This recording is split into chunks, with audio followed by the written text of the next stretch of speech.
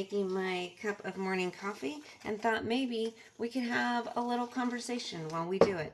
One of the things that I created is an essential skills deck, which is a deck of cards, literally a deck of cards, just like all the musicians use, right?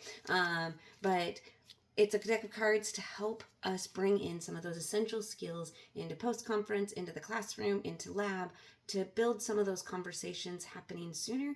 The diamonds are advocacy, the clubs are clinical judgment, the hearts are reflection, and the spades are professionalism.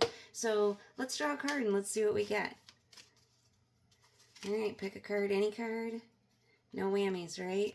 All right, so we've got the 7 of spades. So the nice part about these is there's 2 questions on each one. There's a foundational question and a feather ruffling question. It's another little bit of a challenge. So the foundation question, how do you define a good nurse? Ooh, this always brings in great conversation. Sometimes when I do this one, I'll write their different topics and comments on the board, and it's really fascinating to see how they define a good nurse, especially early in the program and later in the program. But let's get into that feather ruffle question. What experiences have influenced your definition of a good nurse? So this is great because it gets into what they've seen, what they've been exposed to. Maybe they've been to clinical, maybe they've been a CNA or a nurse tech.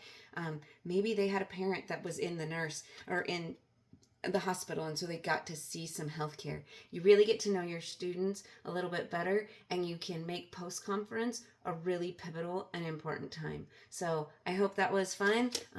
There's a whole deck of all of these kinds of questions in here, and you can use them to play cards when you get bored as well. So have a great time, keep the learning going, and remember to enjoy your daily caffeine.